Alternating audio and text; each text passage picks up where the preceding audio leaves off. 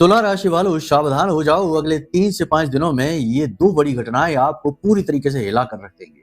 कह सकते हैं कि मुसीबत आपके दरवाजे तक आ चुकी है।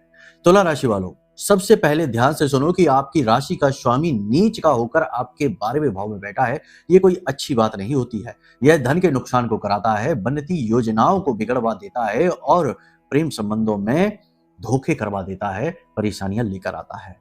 दूसरी बात यह है कि आपके पंचम में राहु और आपके नवम में मंगल है, और ऐसे में मंगल बद का हो जाता है और राहु की इसके ऊपर पूर्ण दृष्टि पड़ रही है, पंचम दृष्टि पड़ रही है, जिसकी वजह से मंगल खराब आपके जीवन में मानसिक तनाव, झगड़े, दुर्घटना और पैसे के अत्यधिक नुकसान यानी बड़े लॉस को दिखाता है।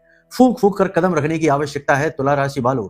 एक और महत्वपूर्ण बात है कि ये जो कार्यक्रम है ये कोई साधारण ज्योतिष कार्यक्रम नहीं है, इसे हल्के में मत लेना। इस कार्यक्रम में जो बातें हम बताएंगे वे बिल्कुल पत्थर की लकीर जैसी होगी, आपके जीवन से जुड़ी हुई होंगी। इसका प्रमाण यह है कि आप इस कार्यक्रम को अभी इस समय जब देख रहे हैं, पूरा देख लेंगे, उसके 1 से 1.5 घंटे के अंदर अंदर आपको ये 3 से 4 बड़े प्रमाण मिलेंगे जो इस कार्यक्रम की सत्यता को प्रमाणित कर देंगे। हम पहले ही बता देते हैं, ध्यान से सुनो। सबसे पहली चीज है कि हल्का हल्का सिर दर्द आप महसूस करेंगे, सिर में भारीपन सा महसूस करेंगे, जैसे कि सिर घूम सा रहा है। ऐसा आप इसलिए महसूस करेंगे क्योंकि जो बातें आपको हमने बताई हैं, जिस लिहाज से बताई हैं, ये बातें आपके समय को बदलने वाली हैं और ये बदलाव बहुत तेजी से होगा।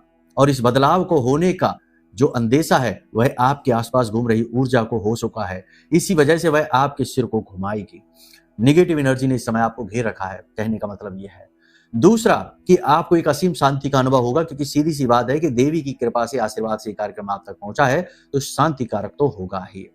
तीसरा सबसे महत्वपूर्ण कि आपको रात्रि को नींद अच्छी आएगी और रात्रि को सोते समय आपको पवित्र सपने यानी देवी देवताओं के सपने, पुरखे पूर्वजों के सपने, मंदिर को देवस्थल और देवालयों के सपने आपको आएंगे, और पर्वत, पहाड़, नदियां, और सबसे बड़ी बात यह है कि पवित्र पक्षी आपको सपने में दिखाई देंगे। अगर ये सपने आते हैं या ये जो संकेत हमने बताए इनमें से एकाध संकेत भी आपको मिलते हैं, तो समझ लेना कि अब समय बदलाव का है।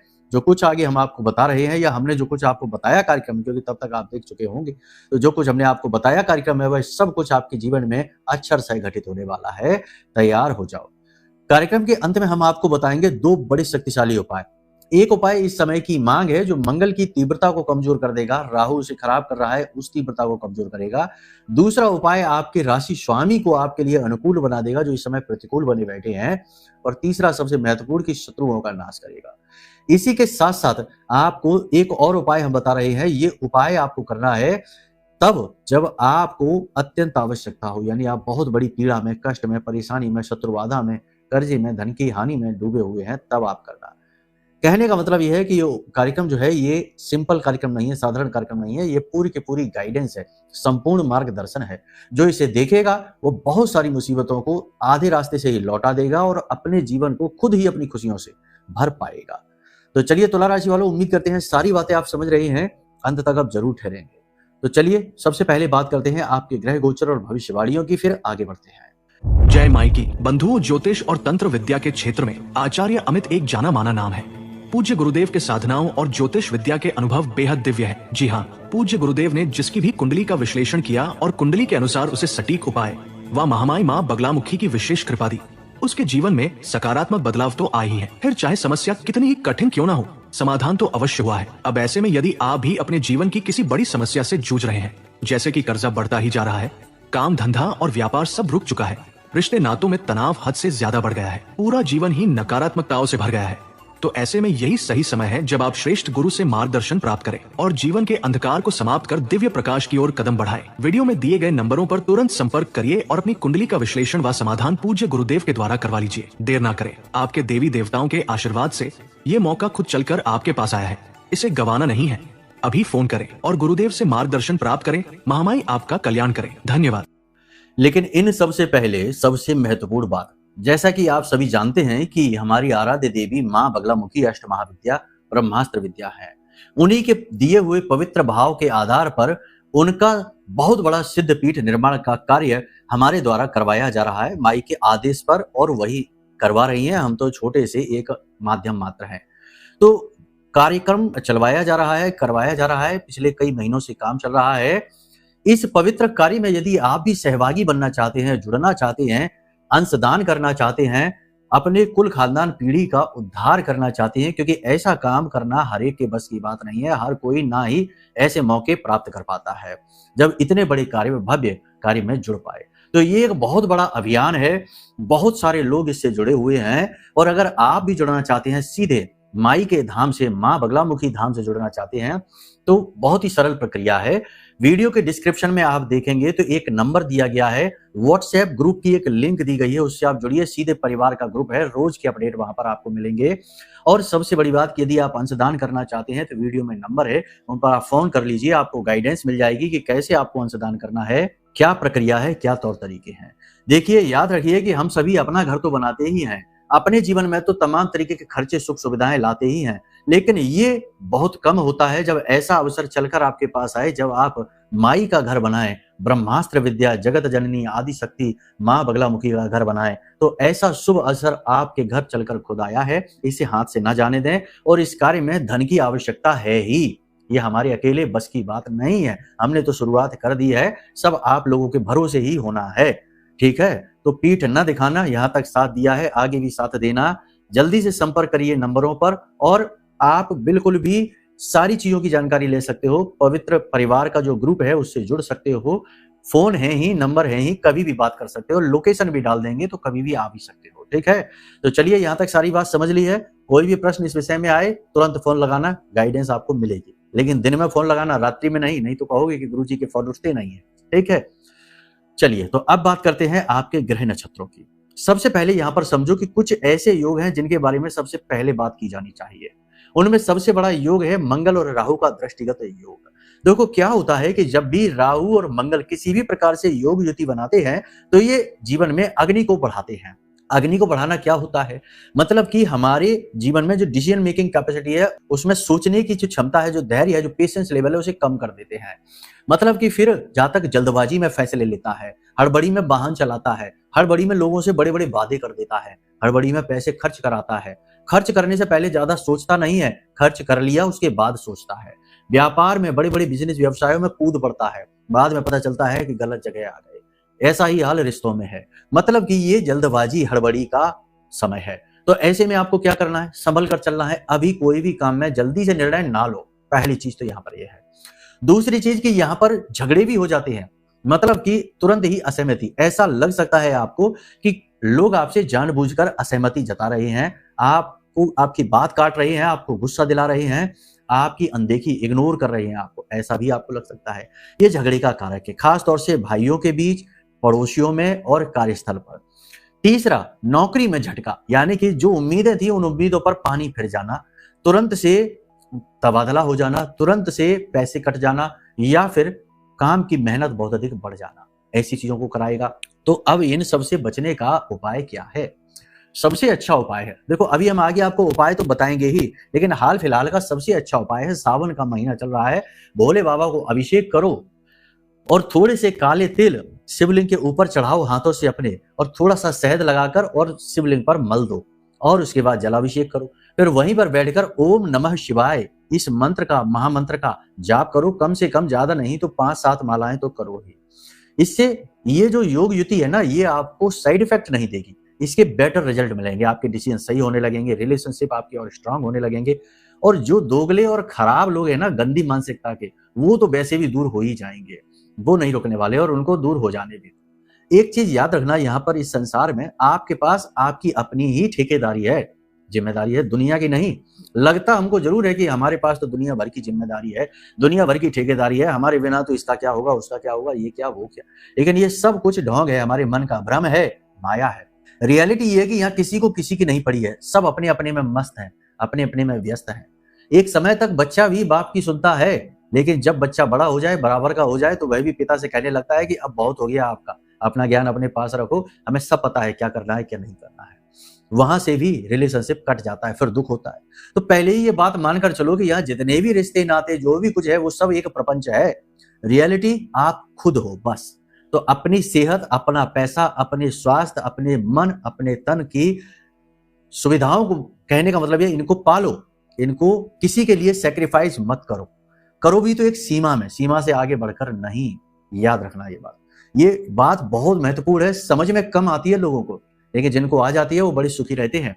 अभी हम एक वीडियो देख रहे थे जिसमें कि एक पिता जिसकी 3 बेटियां और तीनों की तीनों अच्छी जगह सेट हैं, शादी हो गई, उनका बढ़िया अच्छे से खा पी रही हैं, और पिता जो है वह अकेला रह रहा है वृद्धाश्रम में, और वह जब संसार से चला गया तो अकेला उसका आस पड़ोस के लोग उसका संस्कार कर रहे हैं, अंतिम यात्रा का संस्कार। और बेटी फोन कॉल पर देख रही है और कह रही है लो 5,000 रुपए भेज दिए, कर दो, अस्थियां भी आप ही विसर्जित कर देना, हमारे पास समय ही नहीं आने को।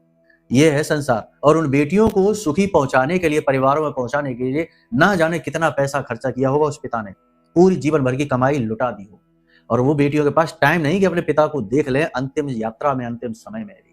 ये है कड़वी सच्चाई। इसे स्वीकार कर पाओगे? कर लेना, नहीं तो फिर यही बात होगी कि हमारे वाले ऐसे नहीं है, बाद में पता चला कि सब ऐसे ही थे, लेकिन तब तक हाथ मुट्ठी कुछ रहा नहीं, समय फिसल गया। देखो बात कड़वी है लेकिन सच्ची है। अपने लिए भी जियो, सबके लिए भी जियो। हम ये नहीं कहते कि सबके लिए लठ उठा लो, सबसे लड़ते फिरो, नहीं, अपने लिए भी जियो, लेकिन अपने आप को सेक्रीफाइस मत करो, अपनी कुर्बानी हर जगह मत दे दो, तुरंत तैयार मत हो जाओ, ठीक है। तो पहली चीज तो ये हो गई, गलत फैसले यहीं से आते हैं, ठीक है।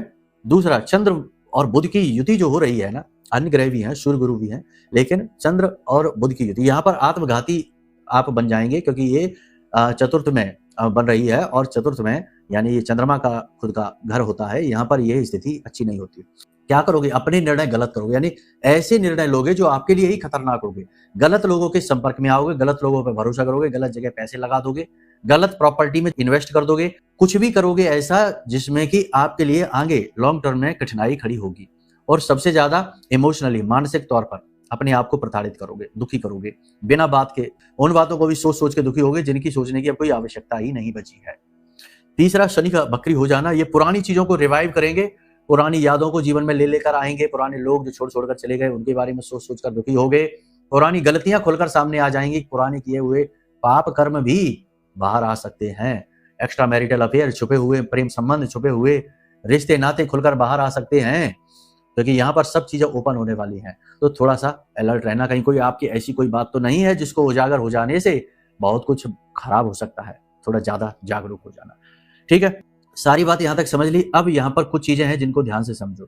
पारिवारिक स्थिति की बात करेंगे तो पारिवारिक वातावरण बिल्कुल सामान्य सा रहेगा, बस बड़े बुजुर्गों की स्वास्थ्य सेहत की थोड़ी सी चिंता रहेगी, और घर में पैसे के लेन देन को, रुपए के खर्चे के लेन देन को लेकर थोड़ा आप परेशान रहेंगे। आपके परिवार के किसी व्यक्ति का, खासतौर से आपके भाइयों का व्यवहार आपको दुखी करेगा। दूसरा कि ये व्यापारियों के लिए समय कठिन है, आर्थिक स्थिति के लिए समय कठिन है। अचानक से बड़ा खर्चा आपके जीवन में आ जाएगा, अचानक से आपको किसी बात को लेकर बहुत ज्यादा मानसिक चिंता, टेंशन हो सकती है।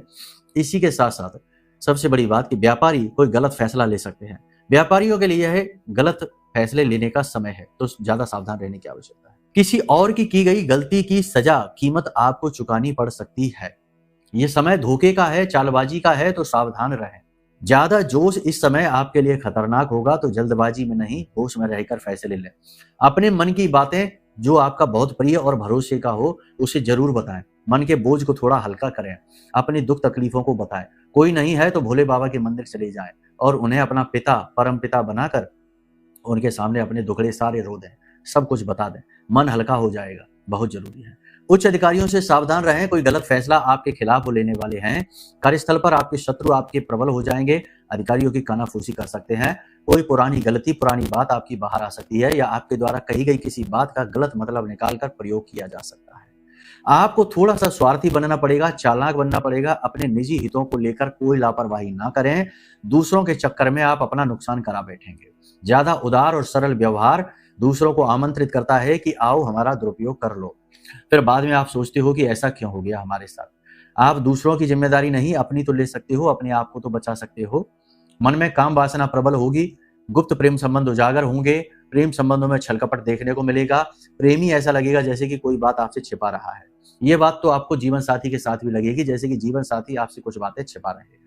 जीवन साथी के स्वास्थ्य सेहत को लेकर थोड़ी सी चिंताएं मन में घेरेंगी, कुछ अनहोनी होने का डर सा रहेगा।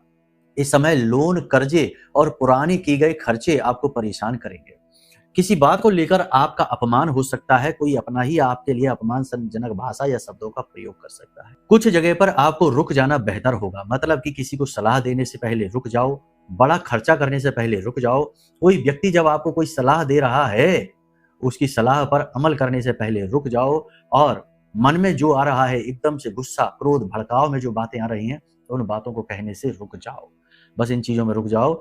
तीसरा सबसे महत्वपूर्ण चीज है कि अपने रुपए पैसे को लेकर थोड़ा अलर्ट रहो। किसी को भी बीच में न रखो। पैसे का लेन देन खुद अपने भरोसे पर करो। इस समय पर विदेश में जो रह रहे हैं लोग, उनकी नौकरी जाने का खतरा है, तो थोड़ा सा सावधान रहें। किसी प्रकार की कोई योजना आपके खिलाफ चल रही है। व्यक्तिगत जीवन की परेशानियां काम पर भी दिखाई देंगी, जिसकी वजह से काम में गिरावट। स्वास्थ्य में कमजोरी का भी काम पर प्रभाव बुरा पड़ेगा। बिजनेस में कंपटीशन लगातार परेशान करेगा। बिजनेस व्यवसाय में बात करें तो कपड़े का व्यवसाय, ज्वेलरी का व्यवसाय और इत्र परफ्यूम का व्यवसाय थोड़ा सा मंदा रहेगा। होटल का, कमीशन का, शेयर मार्केट का, इलेक्ट्रॉनिक और डिजिटल का व्यवसाय थोड़ा सा ठीक चलेगा। बाकी कमीशन आदि के काम अच्छे चलेंगे। ऑनलाइन के काम जो है वो भी ठीक चलेंगे। हड़बड़ी और जल्दबाजी हर एक काम में नुकसान पहुंचाएगी, तो थोड़ा सा सावधान रहें। किसी भी जगह पर मनमानी करने की कोशिश ना करें। किसी के भी दुखती रग को छूने की कोशिश ना करें और बिना मतलब में किसी पर जरूर से ज्यादा हक जताने की कोशिश ना करें। किसी को खुश करने की ज्यादा कोशिश ना करें, आप ही दुखी हो जाएंगे। बस इन बातों का ख्याल रखिए। कहने का मतलब यह है कि यह समय और काल भ्रम का है, नकारात्मकता का है और गलत फैसलों का है। इस समय आपको करना क्या है? शांत रहना है, योग प्राणायाम करना है, भक्ति करनी है भगवान की, और जो काम अभी आप कर रहे हैं बस उसी काम को और अच्छी तरीके से करने की कोशिश करना है। कुछ भी नया, कोई भी नई स्कीम, नई योजना पर अभी आपको काम नहीं करना है। जिन लोगों का विवाह नहीं हो रहा था, उनके लिए विवाह के योग हैं, विवाह होगा। जिन लोगों को संतान को लेकर चिंताएं रहती थी, वो चिंताएं दूर होती दिखाई दे रही हैं। संतान के स्वास्थ्य को लेकर जरूर चिंता हो सकती है, थोड़ा बहुत स्वास्थ्य ऊपर नीचे हो सकता है। बाकी सारी बातें हमने कवर कर ही ली हैं। और भी कुछ यदि आप व्यक्तिगत तौर पर जानना चाहते हो, क्योंकि ये जो हमने बताया ये तो आपका चंद्र राशि का गोचर है, ग्रहों की दशा है, और अगर आप अपने व्यक्तिगत विषय को जानना चाहते हो कि आपके खुद के जीवन में कुछ है, क्या है, क्यों है और ऐसा ही क्यों है और आपको जीवन में ऐसा क्यों मिल रहा है, बहुत सारी चीजें हैं, तो उसके लिए अपनी खुद की कुंडली का विश्लेषण कराओ। आपकी कुंडली आपके कई छिपे हुए राज रहस्यों को बाहर लेकर आएगी और आपको स्पष्ट मार्गदर्शन देगी। तो वह आपका अपना आकलन होगा। ये आपकी राशि का आकलन है। एक ही राशि के लाखों करोड़ों लोग हो सकते हैं, ठीक है? तो ये हो भी सकता है और नहीं भी हो सकता, आपके समान। अब यहां तक सारी बात आपने समझ ली। अब कुछ चीजें और भी समझो। जैसा कि हमने कहा कि यहाँ पर तंत्र मंत्र और निगेटिविटी का भी प्रभाव आपको फील हो सकता है। तो एक चीज तो यह है कि तंत्र मंत्र का उपाय करिए, और दूसरी चीज यह है कि एक ऐसा उपाय कर लीजिए, एक ऐसी चीज, ऐसी क्रिया अपने जीवन में अपना लीजिए जिससे हमेशा देवी की सुरक्षा आपके पास रहे। तो इसी लिहाज से हमने यह जो ब्रह्मास्त्र कवच बनाया है, ब्रह्मास्त्र विद्या मां बगलामुखी का, इस कवच को आप ले सकते हो। ये कवच अष्ट महाविद्या का है और शत्रु स्तंभन कारिणी देवी को कहा जाता है, यानी शत्रुओं का नाश करती है देवी। और जो भी व्यक्ति इस कवच को धारण कर लेता है, देवी उसके जीवन में किसी भी प्रकार के कष्ट को, दुख को रहने नहीं देती है, शत्रुओं को दूर कर देती है। कहने का मतलब यह है कि ये कवच आपके लिए इस समय की मांग है। आप चाहें तो इसे मंगवा सकते हैं। ये हमेशा के लिए आपकी सुरक्षा करेगा। देवता भी जिनकी पूजा करते हैं वो है मां बगलामुखी, और इन्हीं का मंदिर तो बनवाया जा रहा है, जिसके विषय में हमने आपसे कहा था। आप दान कर सकते हो, माई की सुरक्षा हासिल कर सकते हो, माई के परिवार से जुड़ सकते हो, सीधी गाइडेंस हासिल कर सकते हो। अब और इससे ज्यादा क्या चाहिए? अब स्वयं देवी तो प्रकट हो नहीं जाएंगे, उनके लिए तो हमें जन्म जन्मांतर तक तब करना पड़ता है, तब कहीं जाकर थोड़ा बहुत झलक मिले तो मिले। तो कहने का मतलब यह है कि बहुत सारी चीजें हैं जो आपके जीवन में आ रही हैं, इनकी भी वैल्यू करो, कद्र करो, वरना फिर वही होता है कि खाया पिया कुछ नहीं, गिलास तोड़े आठाने, ये वाली बात हो गई। खैर, अब बात करते हैं उपाय की। देखो, इस समय और काल का सबसे अच्छा उपाय आपको हम बता दें तो यह है कि आपको आपके आसपास जो काली मंदिर हो, कोई काली माता का जो मंदिर हो, तो पीले रंग के नींबू लेना और 21 नींबुओं की पीले धागे से माला बनाना, ठीक है? और इस माला को आपको शाम के समय, जब दिन और रात्रि मिल रहे हो, गोधूली काल में, इस माला को माता काली को पहना देना है और वहीं पर बैठकर ओम क्लीम कालिकाय नमः इस मंत्र का कम से कम 108 माला जाप करना है। माई के चरणों के पास थोड़ी सी पीली सरसों रखनी है एक कटोरी में, और यहीं पर बैठकर आपको 108 यानी एक माला, रुद्राक्ष की माला से भी आप कर सकते हो जाप, या मोबाइल में काउंटर निकाल के भी कर सकते हो। 108 जब आप जाप कर लो तो उसके बाद इस पीली सरसों को माई का आशीर्वाद समझकर वापस ले आना, माला माई को पहने रहना, धूप दीप नैवेद्य से अच्छे से पूजा करना मंदिर में, और वो जो सरसों है उसे घर लेकर आ जाना। और उसके बाद उस सरसों को अपने घर में चारों तरफ छिड़कना, घर की छत पर, घर के दरवाजे पर चारों तरफ छिड़कना, और उसके बाद इस सरसों को पूरी तरीके से वहीं पर फैलाकर छोड़ देना रात भर के लिए। अगले दिन सुबह इसे झाड़ कर बाहर निकाल देना। कैसी भी निगेटिविटी हो दूर हो जाएगी। दूसरा भोले बाबा का हमने उपाय बताया ही है, उसे भी कर ही लेना, काम बनेगा। अब एक ऐसा उपाय जो विषम से विषम परिस्थिति को दूर करेगा आपके लिए, इस उपाय को सुन लो। किसी भी शनिवार के दिन से आप इस उपाय को करना। ये उपाय थोड़ा सा नेगेटिव सा आपको लगेगा। नीम के पेड़ से, नीम का पेड़ कोई साधारण पेड़ नहीं होता है, कई प्रकार से इसका महत्व है, लेकिन ज्योतिष में और अध्यात्म में नीम के पेड़ को देवी का प्रतीक मानते हैं। देवी दुर्गा और शीतला माता का प्रतीक माना जाता है। इच्छा मनोकामना पूर्ति कराने वाला पौधा कहा जाता है। तो इस पेड़ के पास आपको यह उपाय करना है। पेड़ ढूंढ लो, कहीं एकांत स्थान में हो।